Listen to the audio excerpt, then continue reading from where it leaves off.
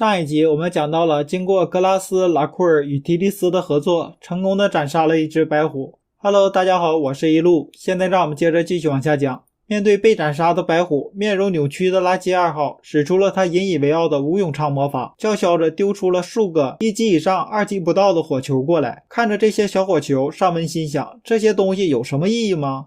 对于自己来讲，被打中了又能如何？和被气球怪咬了一样，不疼不痒的。这家伙是不是仅仅等级高，实际上却是个弱鸡？格拉斯这个时候提醒着上文，他是有着和眷属武器持有者实力不相上下的人，千万不要轻敌。上文注视着格拉斯，看着他焦虑的表情，上文心想，格拉斯这种强人，既然这么说了，自己还是小心一点吧。垃圾2号带来的女人们叫嚣着冲了过来，上文使用了流星盾，做出了屏障保护大家，挡住了他们的攻击。这次的流星盾做出来的屏障，比起之前上文与伴强攻龙克沙漏时坚韧无比的多。虽然那个时候他们就轻易的击碎了，但是现在经过上文的等级提升以及对盾牌的强化，完完全全可以抵挡了。上文顶开了那些女人的武器，紧接着趁着他们没有拿好武器时，趁势叫拉夫塔利亚进行攻击。结果挥刀冲向他们的拉夫塔利亚却被那个垃圾2号丢过来的大量火球阻挡了去路。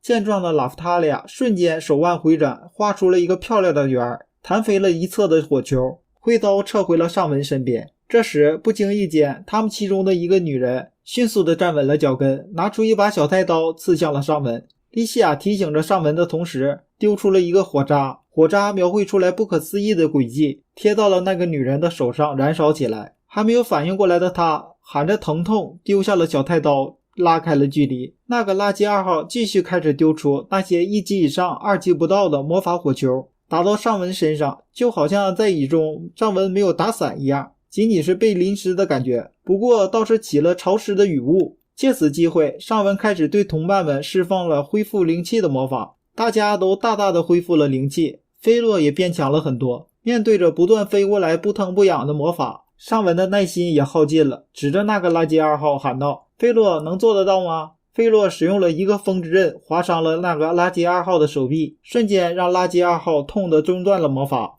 上文立刻使用了终极治愈魔法，帮大家恢复了生命力，也就是 HP。 另外他还一顿嘲讽垃圾2号他引以为傲的无永昌魔法的原理，结果就是只要会一点的魔法都能使用出来。这可是气得他暴跳如雷，愤怒着喊道，你个拿盾的家伙，我已经知道你和他们是一伙的了，快快报上名来。上文无视着他，看向了伴那边，伴已经被垃圾2号带来的女人们围攻，陷入了苦战。上文喊道，伴把那些人交给拉库尔或者是格拉斯他们。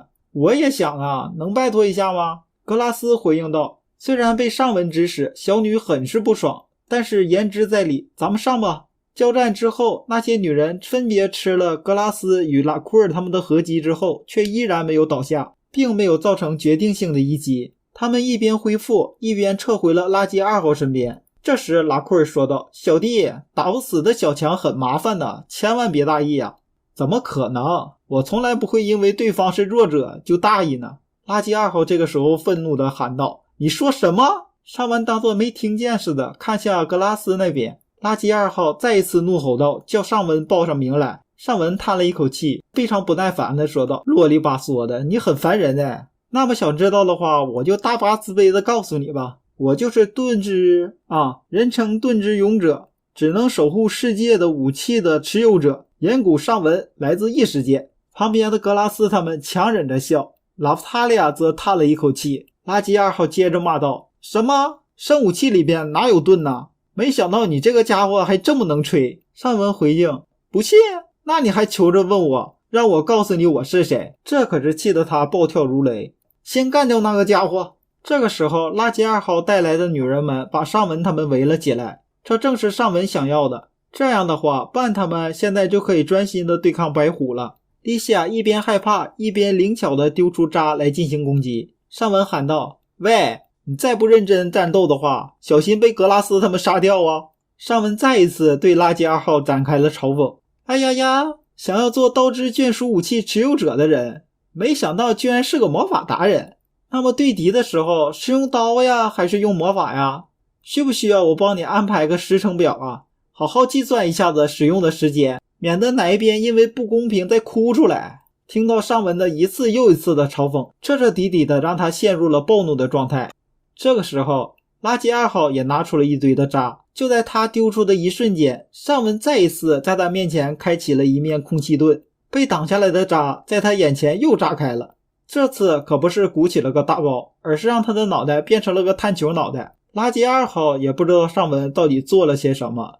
随后他带来的那些女人们帮他施展着治愈魔法。这时上文使用了2成盾，菲洛也使出了终极魔法龙卷风，一个龙卷风盾的合击将他们都吹飞了。隐身的拉夫塔利亚一刀吸血的技能，仿佛空间被切断了后，挽了一个剑花，甩掉了粘在刀上的血之后，退到了上文身边。仰天倒地的垃圾2号动弹不得，拉夫塔利亚的技能效果出现了，垃圾2号的魔力顺着他流的血迅速的在消失，拿着大地结晶企图恢复的他被上文抓住了手。垃圾2号立即反击，结果没有想到却被上文的雷电盾电了一下。看向菲洛那边，女人们正在向菲洛聚集，拉夫塔利亚也陷入了单方面的防御。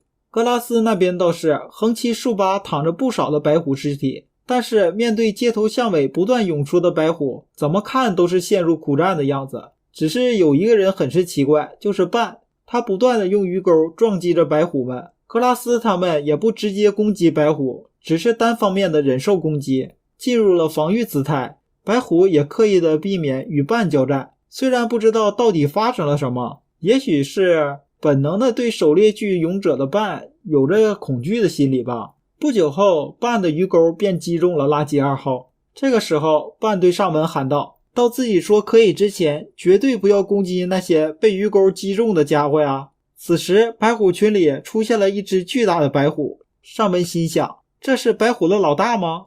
不对，应该是那个垃圾2号所支配的，所以他的体型才是最大的。其他的或许都是那些女人们支配的。半的鱼钩也数次的击中了他。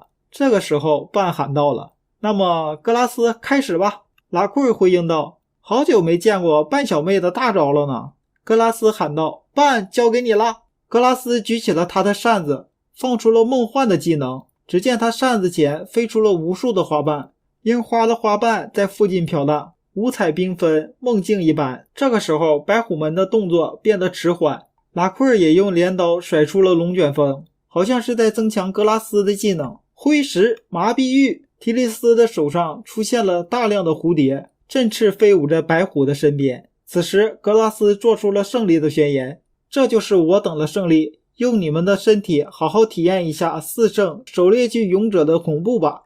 半把自己的武器切换成了尾屠刀之后喊道：上文拉夫塔利亚，请配合咱，用你们最强的攻击来攻击上文抓住的那个人吧。此时两个人架起了聚合一般的架势，分别的行动起来。半冲向了白虎，拉夫塔利亚冲向了上文这边。顺刀侠一文字，狩猎技雪花线。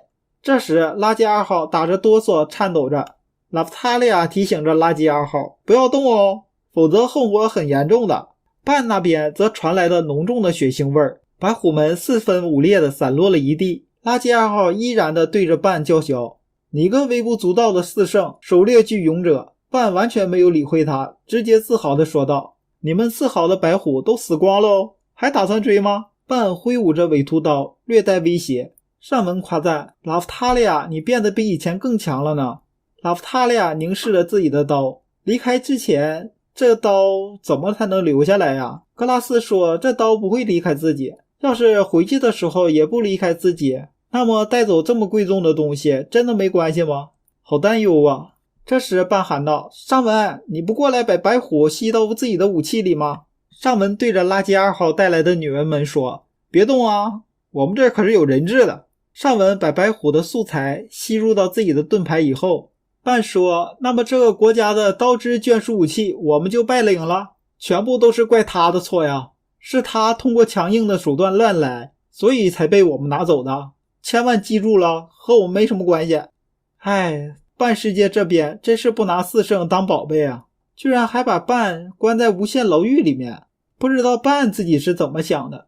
上文让垃圾2号带来的女人们带走了他，女人们一边对他施加着治愈魔法，一边准备离开。但是拉杰2号还依然敢叫嚣。拉夫塔利亚赶紧说道，别乱动啊，没了治愈魔法，再有10秒钟你就会死的。就算有治愈魔法的话，没个10天半个月的，你要是乱动的话也是会死的。我们不想引发战争，请你冷静下来之后和贵国的高层商议，是与格拉斯他们的国家为敌还是结盟吧。